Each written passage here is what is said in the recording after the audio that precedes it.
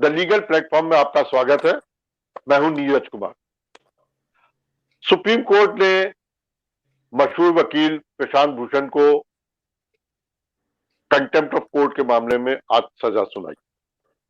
सजा है ₹1 का जुर्माना, और अगर वो जुर्माना नहीं अदा करते हैं तो 3 महीने की कैद और 3 साल तक प्रैक्टिस पर रोक।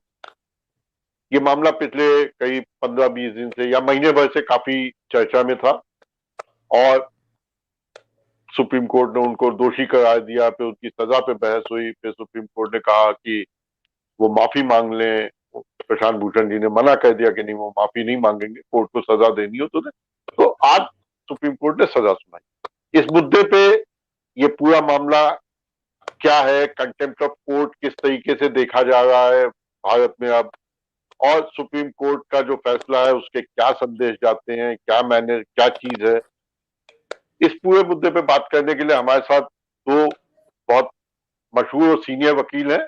हमारे साथ दिल्ली से जुड़े हुए हैं श्री MC ढींगरा जी, और हमारे साथ मुंबई से जुड़े हुए हैं अहमद M आबदी। आप दोनों लोगों का द लीगल प्लेटफॉर्म में स्वागत है। ढींगरा जी, मैं सबसे पहले आपसे पूछूंगा, इस फैसले को जो सुप्रीम कोर्ट ने आज सजा का ऐलान किया, आप उसको किस तरह से देखते हैं? देखिए, स्टैट्यूट में जो प्रोवाइडेड है कानून के तहत 6 महीने है, 2000 रुपया है, ईदर ऑफ द टू और बोथ ऑफ देम। अब ये सुप्रीम कोर्ट के डिस्क्रिप्शन पे था। 64-65 पेज का ऑर्डर लिखा है सुप्रीम कोर्ट ने, और उसपे ₹1 फाइन उनको इम्पोज किया। ₹1 करते या 2000 करते, that is the maximum limit. अभी उनके डिस्क्रिप्शन पर था, that is the judicial description, I must say. उन्होंने, सुप्रीम कोर्ट ने उनको ₹1 सजा दी है, पेनल्टी लगाई है। पेनल्टी अब वो ₹1 हो या 2000 रुपया हो, पेनल्टी तो पेनल्टी है। अब यह है कि पेनल्टी जैसे हम भी सुन रहे हैं, आ रहा है कि हाँ जी, वो he will pay ₹1 instead of going in for 3 months and then being debarred by 3 years. So penalty is penalty, long and short. Whether it is ₹1 or 2000 rupees, anything it could be. If there was no sentence as such, putting him in jail is concerned, is awarded to him. So that is the position. Now, how do we see? It's a judicial verdict. It is a judicial discretion. The court has made this penalty, imposed this penalty on him. There is another case in the recent past, another advocate on record for commenting upon the registry of the Supreme Court and so on and so forth. So, ₹100 was imposed on him. Then I need not say about Justice Karnan's case, what and what not. Less the better. So it is the judicial discretion of the court. So whether he imposes ₹1 cost or say penalty or 2000 rupees, the maximum. So that says the penalty is penalty. The only thing is, once you are held guilty, that's sufficient. Then the consequences of penalty will follow. In my view, even the admonition could have been done. And still that would have been penalty, but the law provides either maximum is 6 months, and the pecuniary penalty is maximum 2000 rupees. So anything could be done. So Supreme Court in its wisdom has imposed ₹1 penalty. You can say that in present day, when the law of contempt was made, the things were different. When this penalty was proposed of 2000, but as of today, it's hardly anything. ₹1 penalty, even the expenses will be more in depositing ₹1 penalty in the registry. It will be far more. ₹1 का तो कागज ही हो जाएगा. जी जी जी। Abdi साहब, मैं आपसे भी यही सवाल पूछूंगा कि आप इस हाँ। फैसले को कैसे देखते हैं, I आपके see, हिसाब से? yeah, I see this case as a milestone in the Indian legal history okay. because the contempt of court and freedom of speech and expression, अभिव्यक्ति की जो आजादी है, उसको इस जजमेंट ने सुप्रीम कोर्ट ने स्वीकार किया है कि अभिव्यक्ति की आजादी जो है वो सारे सिटीजन्स को है, वकीलों को भी है, प्रेस को भी है, और एक बैलेंस मेंटेन किया है इसमें।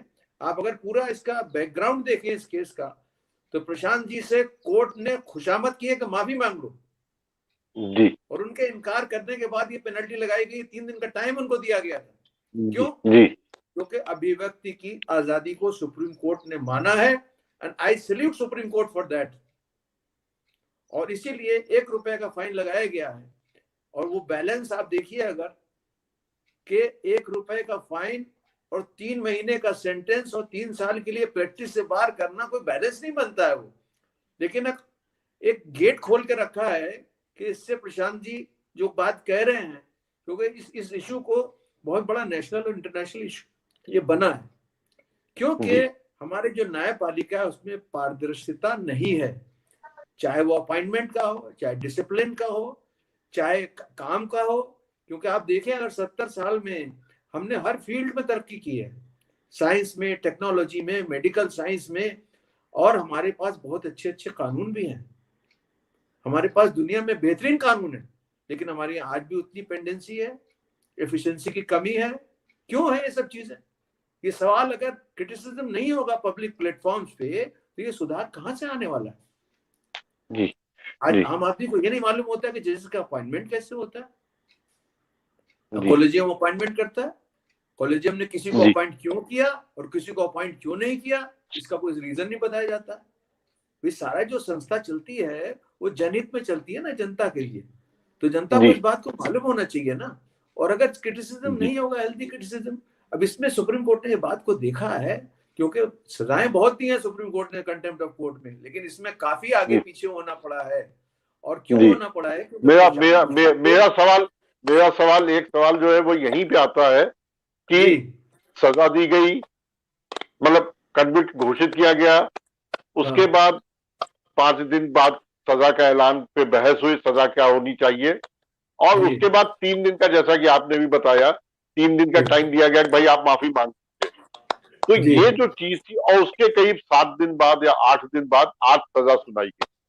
जी, ये जो चीज थी, इसने एक परसेप्शन, या आम पब्लिक में कह लीजिए या जानकारों में, जो एक परसेप्शन आया, स्पेशली सोशल मीडिया पे, वो जी, बहुत ज्यादा परसेप्शन ये आया कि सुप्रीम कोर्ट कहीं पसोपेश में आ गया कि सजा दी बिल्कुल, जाए या नहीं दी जाए।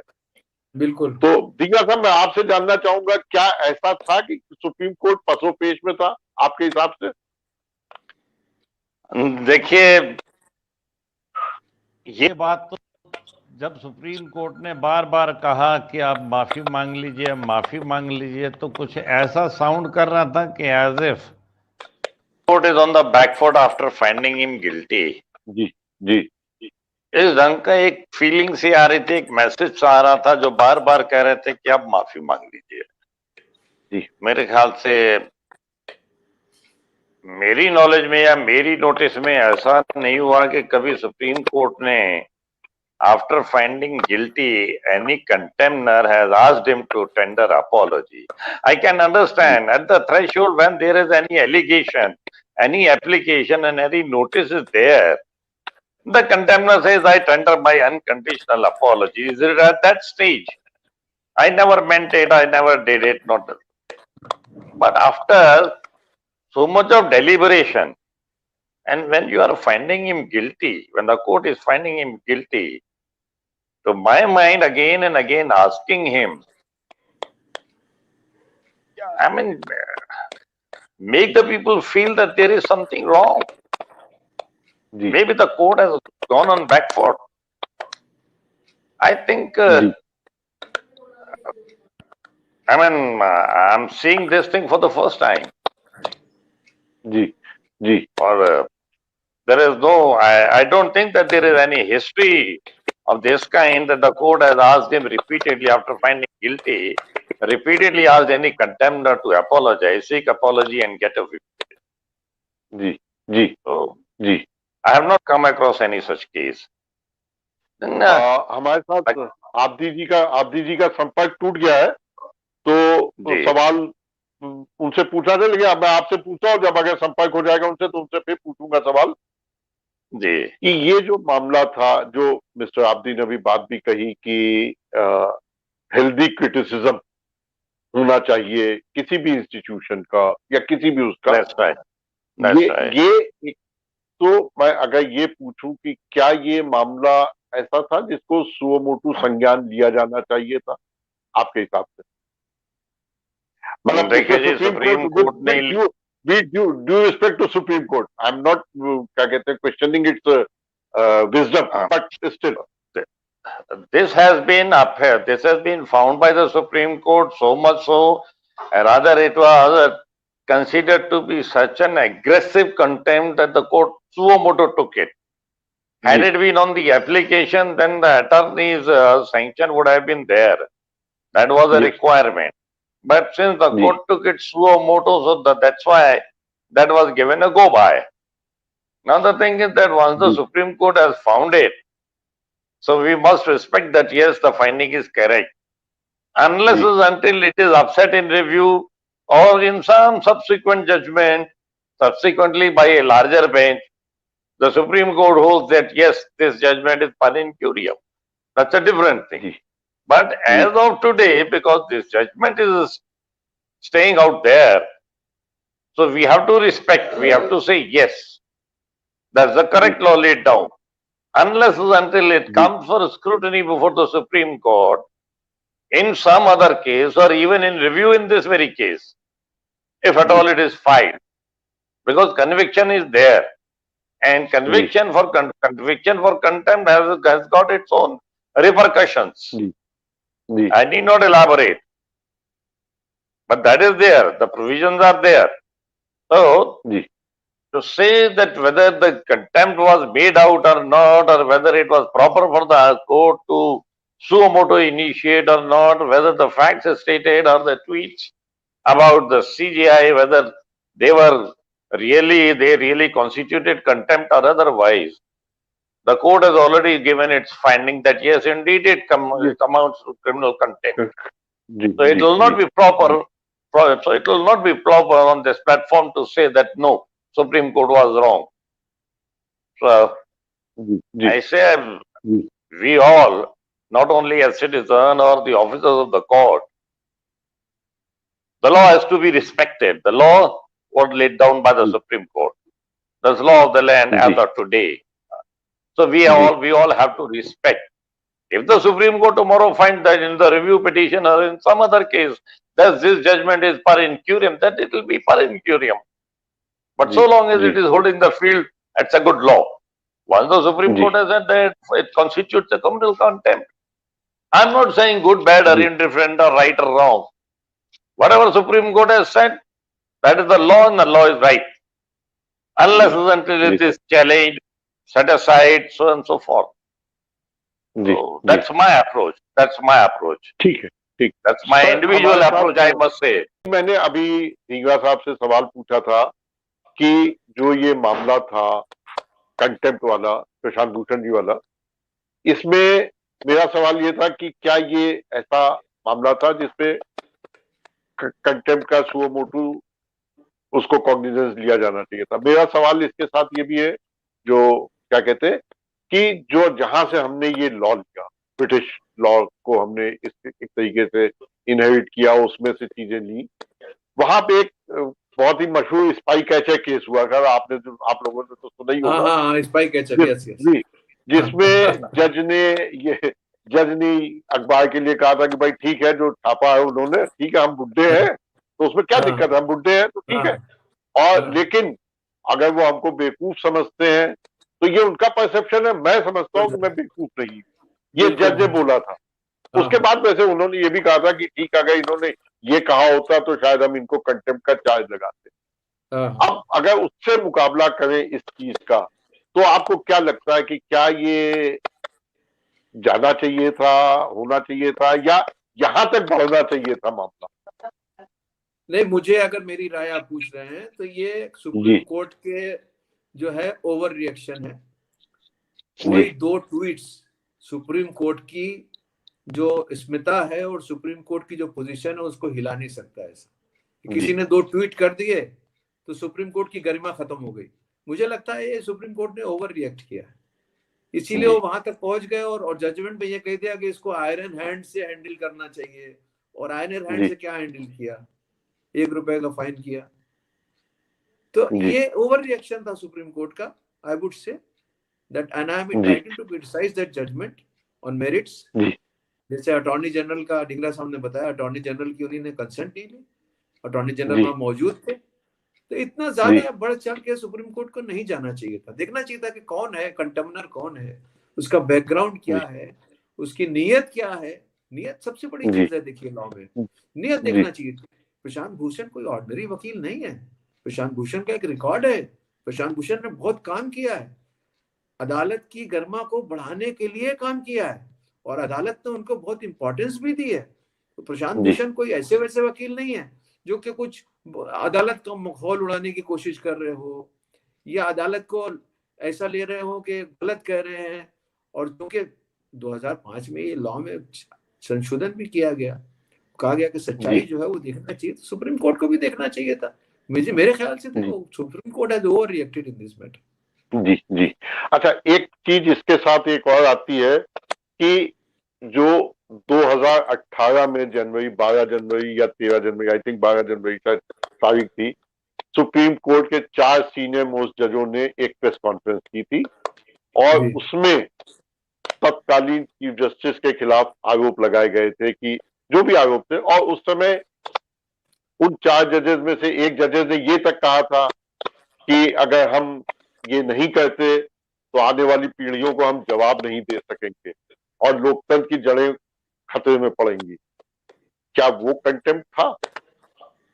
आदि साहब, आपसे पहले मैं जवाब आपसे लूंगा, फिर दीगा साहब से भी। जी जी। देखिए वो उतना ही जी कंटेम्प्ट था। ऐसा नहीं है कि सिर्फ वकील और पब्लिक कंटेम्प्ट ऑफ कोर्ट करते हैं, जजेस भी करते हैं कंटेम्प्ट जी ऑफ कोर्ट। और जी अगर जो प्रशांत भूषण ने लिखा है, दूसरा ट्वीट जो उनका था कि भाई हिस्ट्री विल रिकॉर्ड जी जो यहाँ डेमोक्रेसी की जो हत्या हुई है उसमें सुप्रीम कोर्ट का भी रोल है, वही बात जी जो है वो 4 जजेस ने कही थी, अलग नहीं कहा था कुछ। जी अगर ये जी कंटेम्प्ट है तो वो भी कंटेम्प्ट था, और सुप्रीम कोर्ट में ये गट्स होना चाहिए थे कि उनके खिलाफ कंटेम्प्ट ऑफ कोर्ट निकालते। जी जी। दीगा साहब, आपकी राय? सवाल आपसे भी यही है, क्या वो 4 जजों की प्रेस कॉन्फ्रेंस कंटेम्प्ट थी?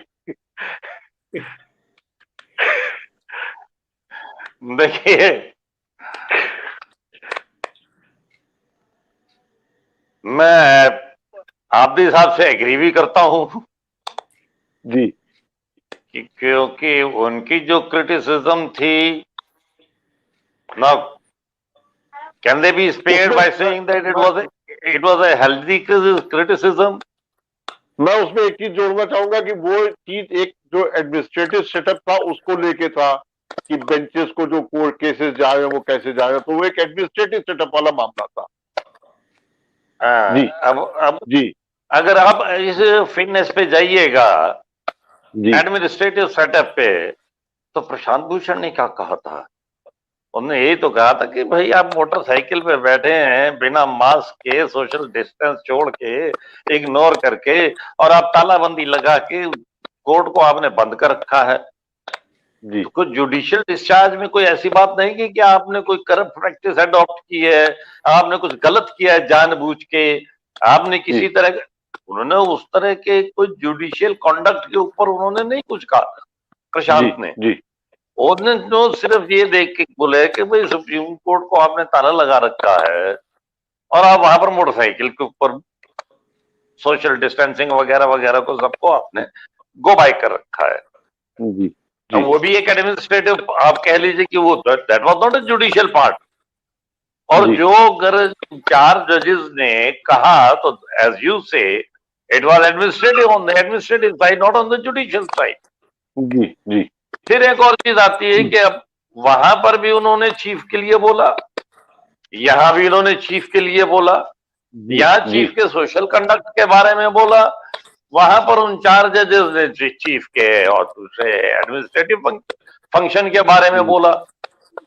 अब इसको कहें कि जब वो एडमिनिस्ट्रेटिव फंक्शन, चलिए फिर कोर्ट से रिलेटेड है, मोटरसाइकिल के बारे में तो it is not related with court, but of course A personality of the court, the chief justice of India. अब इसको कहां तक स्ट्रेच करें कि ये कंटेम्प्ट है और ये कंटेम्प्ट नहीं है, कोई इसकी नाइसिटीज नहीं एक्सप्लेन्ड है कि कहां है कि एज आरती साहब said that they over reacted. ये ओवर रिएक्शन खुद से पता लगता है जब वो कहते हैं अरे भाई माफी मांग लो। अब माफी मांगनी थी तो एट द थ्रेशोल्ड वो माफी मांग के एक तरफ हो जाता। काहे इतने दिन की आपने आर्गुमेंट सुनी है, किस लिए आपने इतने दिन आर्गुमेंट सुनने के बाद फिर आप कह रहे हैं अच्छा भाई माफी मांग लो, जब आपने अगर कन्विक्शन ही देनी थी then why you wanted to spare him? माफी मांगने का मतलब है कि आप you are just brushing aside the conviction itself। जी जी। तो एक बार आपने मुलजिम को मुजरिम करार दिया तो उसके बाद फिर क्या रह गया माफी का? At least to my mind, I mean others may have different views, there may be their own perception, but once you are held guilty, you are held guilty, then thereafter what is the maafi? Either it is penalty maybe 6 months or 2,000 rupees or 1 rupee, whatever it is, penalty is penalty. So why seek his apology? And अगर apology के लिए आपने कहना भी है then why insist? नहीं भाई माफी मांग लो, अरे भाई माफी मांग लो, बार बार आप कह रहे हैं माफी मांग लो। यही वो जो मैंने शुरू में बोला, आदिल साहब ने कहा over reaction, yes over reaction किया, और मेरे को लगता है कि ये खुद कोर्ट ने महसूस किया जब बैकफुट पर होकर कोर्ट ने कहा कि अब माफी मांग लो, और जब उन्होंने माफी नहीं मांगी तो अच्छा चलो 1 रुपये ऐसे ही ठीक है। तो ये एक इसपे जो क्या कहते हैं जो नॉर्मल पब्लिक का जो एक रिएक्शन आया है उसमें ये आया है कि भाई ये तो वही चीज हो गई कि कोई आदमी किसी को थप्पड़ मार दे और उसके बाद कोर्ट में मुकदमा हो तो वो कोर्ट का अच्छा ठीक है माफी मांग लो इसको, या मर्डर करने के बाद वो कहे अच्छा ठीक है भाई तुम माफी मांगना हम तुमको छोड़ देंगे। नहीं वो होता है दरअसल नीरज जी बड़ा लूजली इस चीज की सिमली दी जाती है, अरे भाई कत्ल कर लिया माफी मांग ली। मैं ये पब्लिक परसेप्शन की मैं बात कर रहा हूँ, पब्लिक परसेप्शन की ठीक है, पब्लिक भी कोई बिल्कुल से बेवकूफ नहीं है, सॉरी टू से, ये पब्लिक परसेप्शन ठीक है, पब्लिक कहती है कि भाई अगर उसने ये कर दिया तो आपने गिल्टी में करार कर दिया है तो आप उसको सजा दे दो। व्हाई दिस प्रिटेंस कि आप उसको 1 रुपया कह रहे हो, मतलब this is what the normal man on the street feels. जी जी। और फिर इस तरह से इतना ग्लेयरिंगली आप बैकफुट बार बार जा रहे हैं कि हाँ साहब अपोलोजाइज कर लो, सो deemingly you are admitting that you overreacted। जी जी। अच्छा इसमें एक सवाल और आता है, ये जो पूरा मामला है इसको लेके एक सवाल ये आता है कि किसी जज की आलोचना हो, चाहे चीफ जस्टिस हो, चाहे बाकी जजेस हो, किसी भी कोर्ट, चाहे हाई कोर्ट के हो, चाहे सुप्रीम कोर्ट के हो, तो एक ये आया कि जज की आलोचना हुई या किसी अधिकारी की आलोचना हुई, तो जहां पे वो अधिकारी काम करता है या जहां पे वो जज है, चाहे हाई कोर्ट का सुप्रीम कोर्ट का, तो उस संस्था का भी मान घटता है, जिसे कहते हैं कि उसकी भी रेपुटेशन पे असर पड़ता है। क्या ऐसा है कि अगर जज के खिलाफ कोई कंटेम्प्ट है, सॉरी मैं गलत शब्द इस्तेमाल करूं, कि जज के खिलाफ अगर कुछ कहा गया तो वो कोर्ट के खिलाफ भी माना जाएगा या कोर्ट के खिलाफ भी होता है, क्या ऐसा है कुछ? अब देखिए आप सीधे सीधे कहेंगे जैसे प्रशांत भूषण ने बोबड़े साहब के लिए बोल दिया इंडिविजुअली कि भाई ये सीजीआई है, देखिए बीजेपी के किसी पॉलिटिशियन की मोटरसाइकिल पे बैठे, 50 लाख की मोटरसाइकिल पे बैठे हैं, मोटरसाइकिल चला रहे हैं, या वो खैर ठीक है स्टैंड पर थी तो बिना हेलमेट के थे तो बिना उसके व्हाट यू कॉल मास्क नहीं था, so and so forth, mask नहीं था, सोशल डिस्टेंस की वायलेशन थी वगैरह वगैरह, be that as it may. अब ये भी एक आर्गुमेंट था कि CJI is not supreme court, He is an individual. जी He is not in discharge. He was not discharging his judicial functions, or he has not been criticized in discharge of his official function as a justice. जी Lekin in public, when this image goes, then on one side you have locked down the court, and on the other end, sorry, there is a sound. The sound is echoing.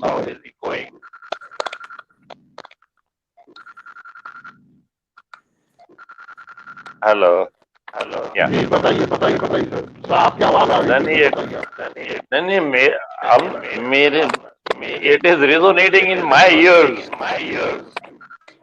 जी बताइए आप नहीं हो रहा होगा eco हो sir रहा yes बताइए Echo हो रहा है, resonate कर रहा है. The same thing is happening still. Anyway, I'll ji address. Ji Now that ji was really speaking the bone of contention also, that this criticism, CJI is not Supreme Court. Once you say that I am in contempt of Supreme Court, so that is wrong perception. But the court did not agree and held, yes, you are in contempt of court. Now contempt of court, individually, CJI, while riding a motorcycle or maybe sitting on a motorcycle, whether it's old, now irrespective of the fact that he is a CJI, the court said that yes, maybe that you have criticized him individually, still you are in for committing contempt of court. Now there is a big question mark also. In his individual capacity, if somebody does any mischief, I'm sorry, I don't mean a mischief that he was riding motorcycle, therefore it was a mischief. I'm saying as a general, will it be contempt of court? To my mind, no. Ji Individual perception, again I am saying, I may be wrong, because the judges have held, because the Supreme Court has held that indeed it is criminal contempt, then of course it is ji contempt. So that's ji my approach. जी जी अच्छा mister आपसी मैं आपसे एक सवाल पूछना चाहूंगा कि अभी जो एक इसके साथ साथ ये डिमांड चलने लगी है, कई जगह ये अखबारों में भी आया कि जब ब्रिटेन में कंटेम्प्ट का जहां से लिया हमने कानून, इसको बहुत डाइल्यूट कर दिया गया है. Mister Abdi, we have lost mister Abdi again. Okay नहीं आ गए सर आप. जी जी जी कनेक्टेड. हाँ तो ब्रिटेन में जहां पे इसको बहुत डाइल्यूट कर दिया गया है या लगभग खत्म सा माना जाए, अमेरिका में अगर ऐसा कुछ होता है तो उसको फ्रीडम ऑफ स्पीच के मुकाबले उसको प्रेफरेंस नहीं मिलती है, फ्रीडम ऑफ स्पीच को ज्यादा प्रेफरेंस मिलती है.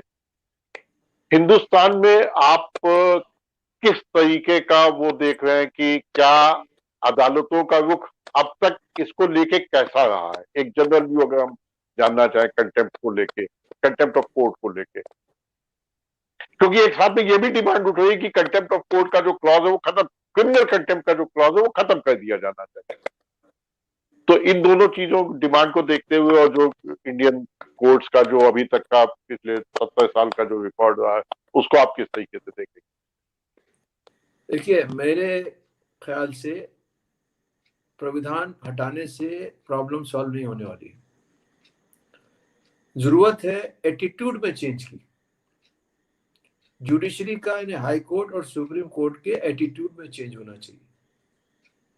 प्राविधान हटा देंगे तो उससे प्रॉब्लम नहीं सॉल्व होगी, क्योंकि कहीं कहीं की जरूरत होती है क्रिमिनल कंटेम्प्ट की भी.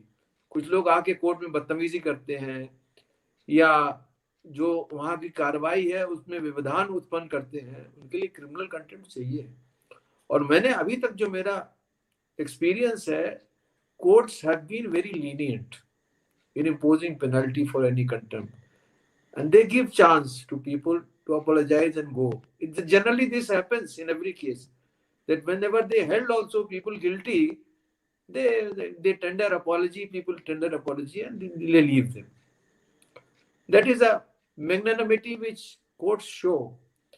and मेरे विचार से कंटेम्प्ट, क्रिमिनल कंटेम्प्ट का प्रोविजन रहना चाहिए, लेकिन उसके तरीके में अंतर आना चाहिए, एटीट्यूड बदलना चाहिए. हेल्थी क्रिटिसिज्म जो कि इसके लिए न्यायपालिका के हित में है, जनहित में है, ताकि उसमें सुधार आए, वो होना चाहिए। और जी। इसको देखना चाहिए कि नियत क्या है उसके पीछे। जी जी। अच्छा, इसमें यहाँ दीगा पर मैं साहब थोड़ा सा जी थोड़ा ऐड कर बिल्कुल बिल्कुल। दूं। जी जी आरडी जी साहब के जो व्यूज हैं, जी कई बार आपने देखा होगा, सुना होगा, सबॉर्डिनेट कोर्ट्स पे लोअर जुडिशरी में जूते चप्पल चला देते हैं litigants. They hit the judges, the presiding judicial officers. That's a criminal contempt in the face of court itself. हटा देने से क्या होगा? It will become rampant. अभी तो फिर एक थोड़ा सा डर है समाज में कि भाई अगर इस तरह से करेंगे तो ये कंटेम्प्ट में आप भेजे जाएंगे अंदर। फिर थोड़ा वो है fear. It is not that rampant, but once you remove this, there is clear absence of criminal contempt provision. तो फिर one can understand to what extent the things can happen. तो क्रिमिनल कंटेम्प्ट के लिए जहां तक law का सवाल है तो it must be contempt, must continue in the book. That's how I look at it. जी। अच्छा, एक चीज जो एक सिमिली दी जाती है, जिसे कहते हैं, तुलना की जाती है कि भाई सुप्रीम कोर्ट पहले क्या कहते हैं लाइव स्ट्रीमिंग की बात कर रहा था कि लाइव स्ट्रीमिंग होगी मुकदमों की, सुप्रीम कोर्ट में होगा। फिर धीरे धीरे जैसे भी टेक्निकल एडवांसमेंट होता जाएगा बाकी लोअर कोर्ट तक जाएगी। फिर लाइव स्ट्रीमिंग अभी शुरू नहीं हुआ, उससे पहले ही कोविड की वजह से वर्चुअल कोर्ट लाइव हो गए। मतलब हाँ, वो वर्चुअल क्वांटम कोर्ट। जंप आप हाँ, तो लगभग 10 कदम की छलांग लगा दी सुप्रीम कोर्ट ने। लेकिन इस कंटेम्प्ट जी एज ए कंपल्सन, बट ठीक है, चालू हो गया क्योंकि हम वहां पे सोच ही नहीं रहे थे। अभी हम तो सिर्फ उसमें क्या कहते हैं लाइव, जिसे कह लेते थे वीडियो कॉन्फ्रेंसिंग वाला एक थोड़ा बहुत वो हो रहा था। लिमिटेड लाइव है, not for public consumption as such. लेकिन हाँ, अगर मेरा अगर कोई केस लगा हुआ है तो of course I will connect. मेरे से जो पीछे पहले के मैटर्स चल रहे होंगे तो आई कैन हियर देम। जी जी जी। और बाद वाले भी unless until I am plugged off. जी। तो मेरा सवाल ये है कि सुप्रीम कोर्ट एक और अपने दरवाजे खोल रहा है, खिड़कियां खोल रहा है कि भाई ठीक है, ज्यादा पारदर्शिता आए। और उस पारदर्शिता की, जिसकी शुरू में आदि साहब ने बात भी की थी कोलिजियम को लेके, तो कोलिजियम की पारदर्शिता सिर्फ इतनी आई कि उसके जो डिस्कशंस होंगे वो SCI की वेबसाइट पे डाले जाएंगे। वो कितने पढ़ते हैं नहीं पढ़ते वो एक अलग बात है। तो लेकिन इस कंटेंट के मामले ने एक सवाल ये खड़ा कर दिया कि सुप्रीम कोर्ट अपनी खिड़कियां तो खोल रहा है लेकिन दरवाजे बंद कर दे, दिल के दरवाजे बंद कर दे रहा है। क्या वाकई ऐसा है? ये दो अलग अलग एस्पेक्ट हैं जी। एक आप कह रहे हैं जजेस के अपॉइंटमेंट में प्योरली एडमिनिस्ट्रेटिव फंक्शन जी। अब यहां पर live streaming of court hearing, आप कहें कि जनता देखना चाहती है कि जजेस क्या कैसे डील कर रहे हैं और वकील उनके लिए क्या बोल रहे हैं। जी। जहां तक लोगों के इंटरेस्ट की बात है, आम जनता कोई ABC के केस में, जैसे आजकल रिया का केस चल रहा है या कुछ ऐसी बातें हो रही हैं SSR की, तो ये अगर कोर्ट में हो तो जनता एक बार को कह सकते हैं कि जनता इज इंटरेस्टेड, या may be the media is making it interested for public. लेकिन कहां पे किसी को फुर्सत है कि कोर्ट में किसी के केस को झांक के देखे। हाँ, इंडिविजुअल लिटिगेंट जो इंटरेस्टेड है, he will definitely look into it. वो कोर्ट में आके देख ले या लाइव स्ट्रीमिंग में देख ले, there is hardly any difference. और ठीक है, आपने इसको लाइव कर दिया है, ये लाइव भी किसके बीच में है? Between the court and the council. एक नहीं, 4 वकील हो गए, 10 वकील हो गए, 20 वकील हो गए, जितने वकील हैं उनके केसेस लगे हैं। They are joining the court, they are allowed entry in the court, they can watch the proceedings. Now live streaming, और क्या live streaming for the masses, जैसे लोकसभा की लाइव स्ट्रीमिंग होती है, हाँ जी चल रहा है दिन भर टीवी लग रहा है। I mean, this is how I understand it. दीगा साहब की नहीं, मेरा सवाल ये था कि इस तरीके के करके जो सुप्रीम कोर्ट है अपना दरवाजे खोल तो रहा है, लेकिन दिल के दरवाजे इस कंटेम्प्ट ऑफ कोर्ट के सामने आने के बाद अगर हम दोनों को सिमिली के तौर पे जोड़े तो उसने एक बड़ा मामला तो देखिए, छोटे मामले तो खोलने कह दिए, एक बड़े मामला का मामला जहाँ है तो उसने अपना दिल बंद कर दिया कि नहीं भाई, यहाँ पे हम बहुत देखिए, मैं थोड़ा सा ये कहूंगा जी कि यहाँ पर कोर्ट में अगर आप हैं तो you will act on according to your mind, your wisdom. दिल का मामला नहीं है यहाँ पर, जी दिल के दरवाजे जी खोलना, इट इज जी not that. You want the जी judicial proceedings to be seen by the public, और हालांकि कहा जाता है कि ओपन कोर्ट में सुनाया गया या सुना गया या प्रोसीडिंग हुई ओपन कोर्ट में। ओपन कोर्ट सबके लिए दरवाजे खुले हैं, बट फॉर सिक्योरिटी रीजंस दरवाजे आधे खुले हैं, पूरे नहीं खुले। जी जी सुप्रीम कोर्ट या हाई कोर्ट में for security reasons, I repeat. अब रह गई बात कि सर क्या इसको लाइव स्ट्रीमिंग के लिए अवेलेबल होना चाहिए? कोई नुकसान भी नहीं है अगर अवेलेबल हो तो। जी एज आई सी, हम लोग खुद देखते हैं, लिटिगेंट्स कोर्ट में आके देखते हैं, सो व्हाई नॉट। और अभी भी आप कर रहे हैं। हम लिटिगेंट्स के साथ में भी जो एडवोकेट्स हैं जिनको लिंक मिलते हैं, they share with their litigant clients, they share with senior advocates. So this sharing is there. So all the parties, all the stakeholders are watching the proceedings. The stakeholders, I say. So once we are now open in this fashion, in this manner, though to a limited extent, this thing can be made public by all, say, for public view also. जी और कितने लोग देखते हैं नहीं देखते हैं, that's a separate issue altogether. So I don't feel that there should be any reservation in it. So far as public viewing is concerned to live streaming of the court proceedings, there will be more openness. The court proceeding. So that's how I look at it. In fact, speaking for myself, I do call my clients. अरे बाबा आके देखो, मैं जो आप लोगों के लिए अगर कुछ कर रहा हूं तो do you think that you have engaged me, whether my engagement is justified or otherwise? I do my duty. So if it goes to the public at large, I don't think that there any harm is going to happen. जी अच्छा, So that's एक सवाल अब एक बड़ा सवाल ये आता है, अगर इसको इस पूरे मामले को ब्रॉडर पर्सपेक्टिव में देखा जाए, जिसकी बात आदि साहब मैं आपसे ही पूछूंगा, आपने शुरू में इसका थोड़ा सा जिक्र भी किया था कि कंटेम्प्ट ऑफ कोर्ट और फ्रीडम ऑफ स्पीच, लाइन जो दोनों के बीच की है ये कितनी चौड़ी है, बहुत महीन है, और किस तरीके की सावधानियां किसको बरतनी चाहिए आपके हिसाब से? देखिए, लाइन इसके बीच में बहुत पतली है, क्योंकि ये कोर्ट जो कॉन्स्टिट्यूशनल कोर्ट्स हैं यही फ्रीडम ऑफ स्पीच और एक्सप्रेशन को बचाते हैं। उसकी रक्षा करने का जो दायित्व है वो इन्हीं कोर्ट्स का है, तो उनकी गरिमा को बचाने का दायित्व भी सिटीजन्स का और वकीलों का है। लेकिन वही मैंने पहले जो कहा था कि नियत देखना चाहिए। नियत क्या है?